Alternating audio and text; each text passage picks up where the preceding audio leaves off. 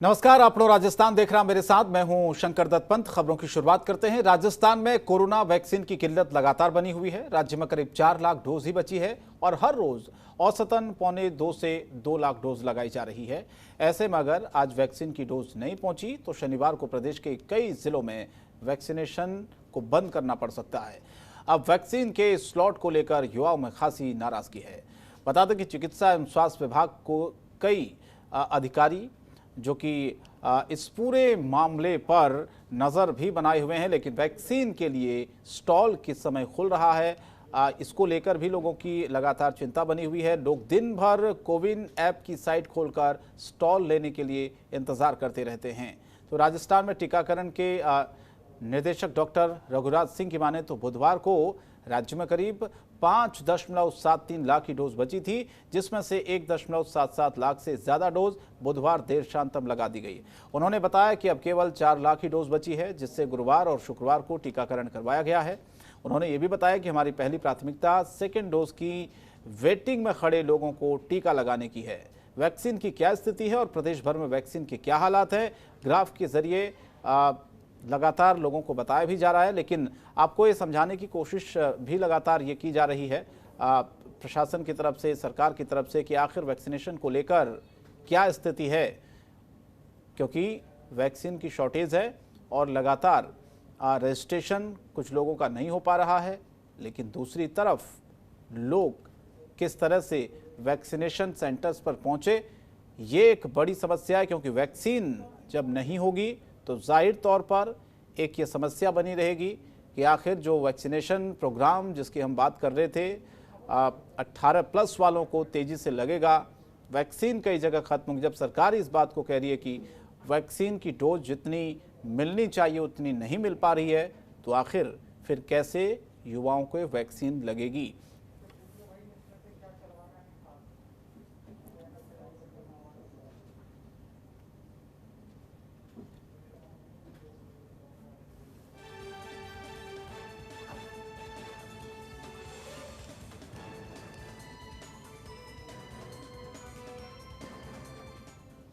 और राजस्थान में वैक्सीन की कमी के चलते कई जिलों में वैक्सीनेशन बंद कर दिया गया है। जयपुर में भी वैक्सीन ना होने के चलते सारी वैक्सीनेशन सेंटर को बंद किया गया है।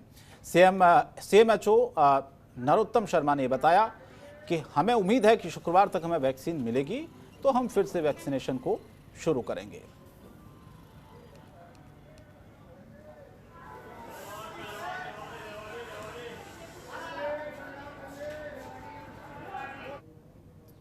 कोरोना की पहली लहर में राजस्थान के भीलवाड़ा मॉडल की काफी प्रशंसा हुई थी। ठीक उसी तरह जयपुर के कोटपुतली से मेरा गांव मेरी जिम्मेदारी मुहिम काफी हद तक कारगर सिद्ध हो रही है।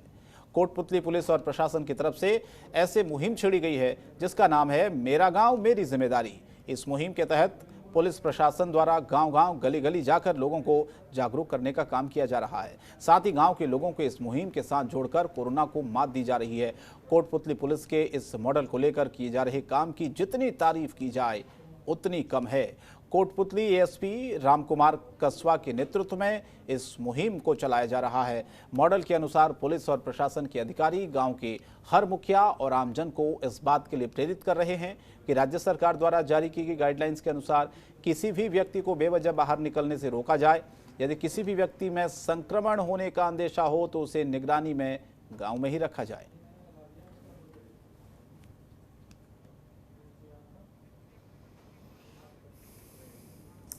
इस कोरोना महामारी में जो सरकार द्वारा गाइडलाइंस जारी की गई थी उनको पालना करवाने के लिए जब पुलिस और प्रशासन गांव में जा रहे थे तो वहां पे पूरा सहयोग मिल नहीं पा रहा था।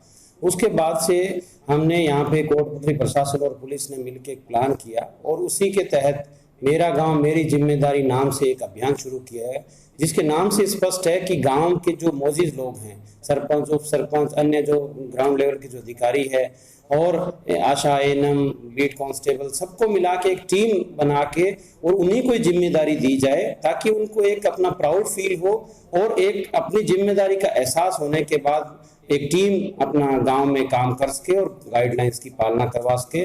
और मैं आपके माध्यम से बताना चाहूँगा कि आज श्रीमान एसपी साहब और कलेक्टर साहब द्वारा यहाँ पे गोवर्धनपुरा में शुरू किया गया और उसके बाद पूरे जिले में इसको लागू किया गया और आज अभी करीब 250-300 गांव में ये कमेटियां बन चुकी है, व्हाट्सएप ग्रुप बन चुके हैं और एक दूसरे में कंपटीशन की भावना आते हुए सभी लोग गांव में बड़ा जोश से लगे हुए हैं। पूरी टीम सुबह बाहर निकलते हैं, उसके बाद में जैसे गाइडलाइंस की पालना करवाना है, मुख्यमंत्री चिरंजीवी योजना से जोड़ना है, वैक्सीनेशन का काम है, अन्य सैनिटाइज करवाना है, मास्क बांटना है, ये सभी कार्य उस टीम द्वारा किए जा रहे हैं। एक प्रशासन को हजारों की संख्या में कार्यकर्ता गांव में मिल गए हैं और एक पुलिस प्रशासन और आम जन के सहयोग से एक जो ये अभियान शुरू किया गया है, इसके परिणाम निश्चित रूप से सामने आ रहे हैं।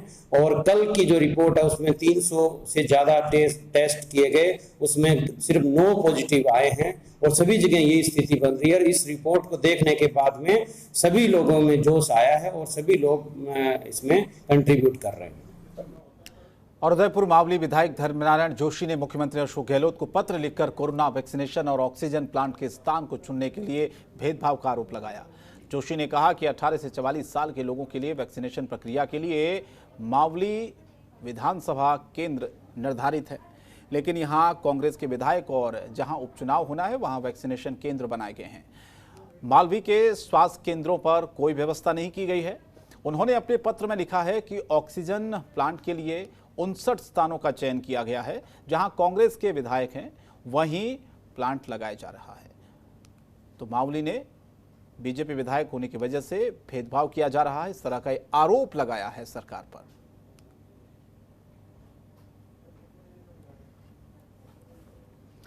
और बीकानेर के सरदार पटेल मेडिकल कॉलेज के इंटर डॉक्टर ने राज्य सरकार पर वादा खिलाफी का आरोप लगाया है।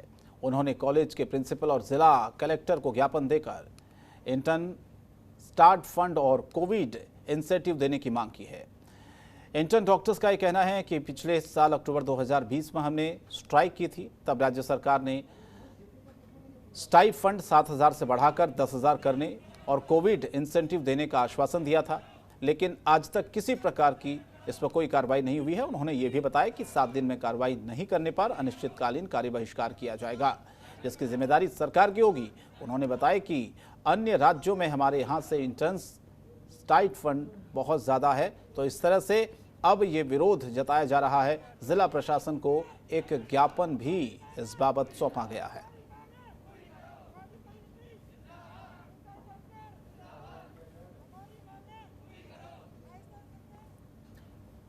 और टोंक जिले की पुलिस ने एक बार फिर से राजस्थान की खाकी को शर्मसार किया है। दरअसल पुलिस ने बिना एफआईआर के पहले तो एक युवक को हिरासत में लिया, फिर उस युवक को पानी की 2 बूंद के लिए घंटों तरसाया। जब परिजन पहुंचे तो उसकी पीट कर हत्या कर दी गई। इसके बाद रात भर बवाल मचा तो आक्रोशित लोगों ने सीओ सहित पुलिस जवानों के साथ जमकर मारपीट की, उनकी गाड़ियों में आग लगा दी। लेकिन पुलिस अधीक्षक ओम प्रकाश रात 11 बजे तक अपने कमरे में सोते रहे। पुलिस मुख्यालय में फोन की घंटियां बजी तो पुलिस अधीक्षक ओम प्रकाश की नींद टूटी और भारी फोर्स के साथ वो मौके पर पहुंचे।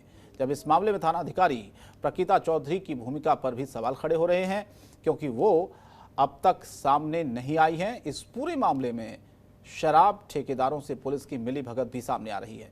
सूत्रों के हवाले से भी खबर मिली है कि शराब ठेकेदार भरत सिंह अपने लोगों के साथ मृतक को कार में बिठाकर थाने लाया था और उसी के इशारे पर पुलिसकर्मियों ने उससे मारपीट की, जिसमें उसकी मौत हुई है। मृतक के परिजनों ने आरोप लगाया है कि पुलिस ने जबरन धमकाकर पोस्टमार्टम का दबाव बनाया। फिलहाल शव को पोस्टमार्टम के लिए भेजा गया है।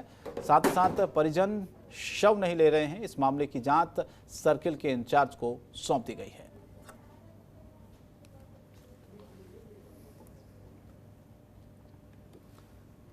और टोंक के निवाई में हुई इस घटना का पुलिस प्रशासन और परिजनों में करीब 21 घंटे बाद समझौता हुआ है।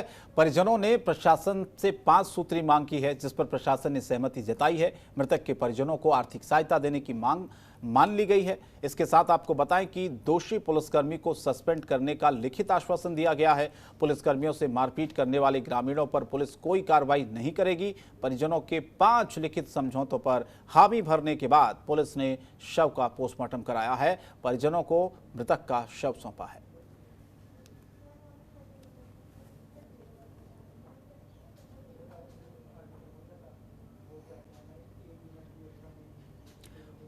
और धौलपुर के निहालगंज थाना क्षेत्र के शारदे स्कूल के पास नगर परिषद के कर्मचारियों पर ठेला लगाने वालों ने हमला कर दिया। लोगों ने पथराव कर निगरानी दल के शीशे तोड़ दिए। इसके साथ ही बताया जा रहा है कि लॉकडाउन के बावजूद भी कुछ लोग यहां चाट का ठेला लगाते थे, जिसकी वजह से यहां काफी भीड़ इकट्ठा हुई थी। जब नगर परिषद की टीम ने इन लोगों को समझाने की कोशिश की तो इन्होंने टीम से मारपीट की और पथराव कर दिया। थाना प्रभारी का कहना है कि इस मामले में अभी कोई रिपोर्ट दर्ज नहीं कराई गई है। मामले की जांच की जा रही है।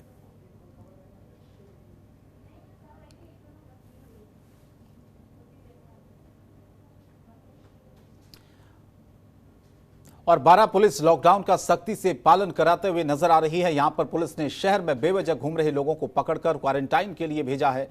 12 शहर कोतवाली पुलिस ने कार्रवाई करते हुए गली मोहल्लों में मंडली बनाकर बातचीत और भीड़ बढ़ाने वालों को सबक सिखाया। इनमें से 8 लोगों को पकड़ा, उनको क्वारंटाइन सेंटर भेजा गया है। खबरों के निष्पक्ष विश्लेषण के लिए सब्सक्राइब करें जनतंत्र TV and press the bell icon. Never miss any update.